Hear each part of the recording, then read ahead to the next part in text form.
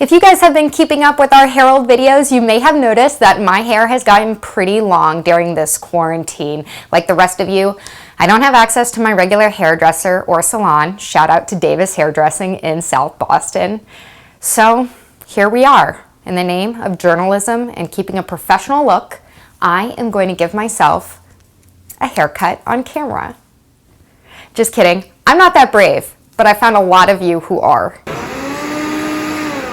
With salons and barbershops closed until May, things are getting hairy.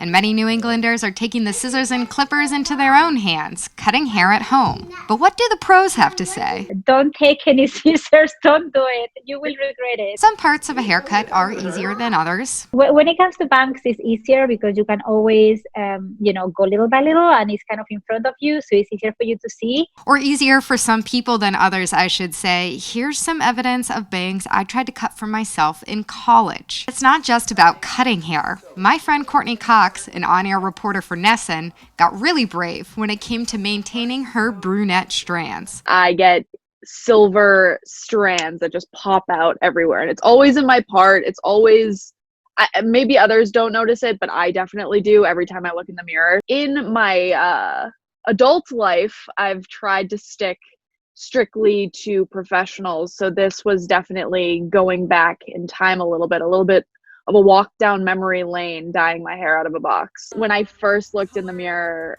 I had a brief panic attack because it hasn't been this dark in a very long time. If you must snip or clip, make sure you invest in the right tools, Perez says. Definitely don't do it with your kitchen scissors. Like you need a minimum quality of, CVS hair scissors. That would be the minimum requirement for sure.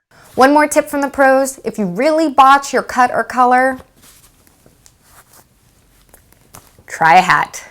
Reporting with long hair, don't care, Meghan Ottolini, The Boston Herald.